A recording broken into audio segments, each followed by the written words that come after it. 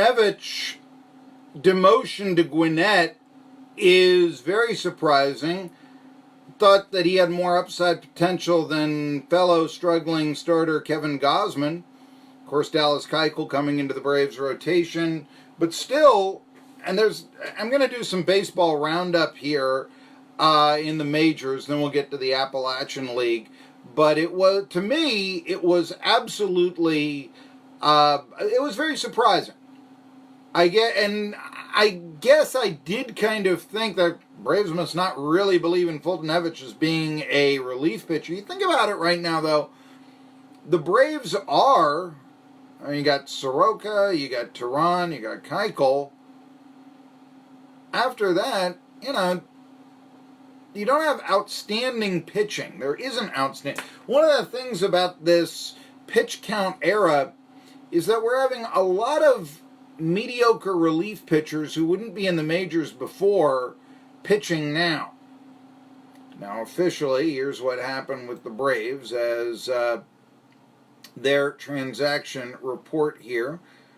We were getting it here. Everybody, they've optioned Foltynewicz to Gwinnett, recalled Chad Sabatka from Gwinnett, sent Sean Newcomb, who's been injured, to Gwinnett on a rehab assignment, and then Garrett Sanders was signed to a minor league contract in a sort of underneath-the-radar move. In fact, I don't think you have to say that is sort of. No, that is an underneath-the-radar move.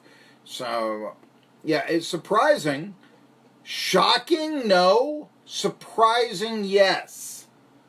Still, the Atlanta Braves continue to just dominate. They now have a 5-game lead in the National League East Division. And, excuse me, I am incorrect there. I'm going by old standings. They have a 6.5-game lead over the Phillies.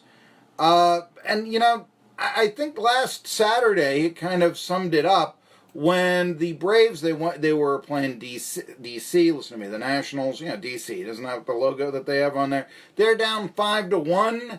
And then, such is the state of modern-day relief pitching, but also such is the state of the Atlanta Braves lineup, that this would happen from perhaps an unlikely source. Camargo at second. And a 1-1 pitch to Dansby Swanson is on the way, and it's hit hard. Left field, deep, back toward the Braves bullpen. That ball is out of here. 3-run bomb for Dansby. How do you like me now? It is 12-9 Braves. So that was the game-winning blow in a 13-9 victory against the Nats.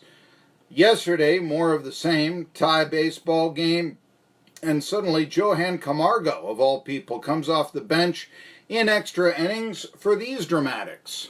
And the pitch. Swung on, lifted into right field. Well hit. Eaton going back on the track at the wall. It's gone! Pitch hit homer for Johan Camargo.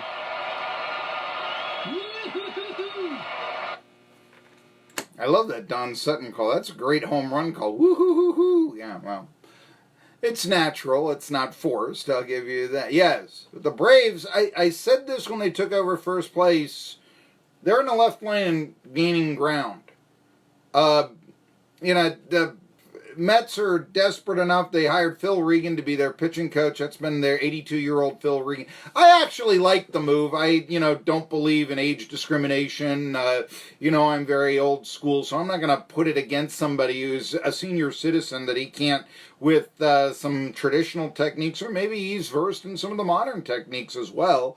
I'm not going to put it behind Phil Regan to be a successful pitching coach. He has been in the past. I think that Mickey Callaway is in over his head as a manager. So is Dave Martinez, and so certainly is Gabe Kapler, who is picking fights with sports talk show hosts. More on that in a media watch that I figure to do at a later time. But really, there's, baseball right there. I said this. I think the Braves now, it's their division.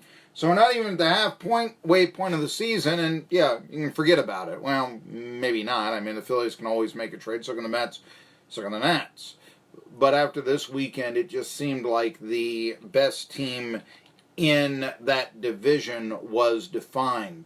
There's a bit of baseball history also that was incorporated here. Now, this is not going to be perhaps the most exciting highlight that you have ever heard, but, well, let me begin it this way here, okay? Consider this. The Pittsburgh Pirates, they're playing the Padres in Pittsburgh. They come from behind in the bottom of the ninth, down by 3 to tie the game up. Then, well, this happens in the 11th inning. 1-0. Got a swing of ball hit toward left, base hit. Here comes Bell. Here comes Milky around third. Here's the relay throw. It's offline. Jacob Stolix has tied the game, and the Pirates come back again in the 11th. Down 3. Wow, wow, wow. You can't write this. This is unbelievable. 3 runs down in the 9th, they come back to tie it. 3 runs down in the 11th, they've come back to tie it. And now they have the winning run at first. You cannot make this up.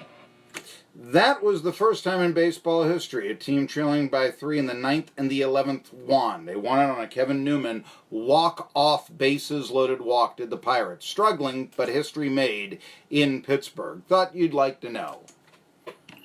All-American savings at Neighborhood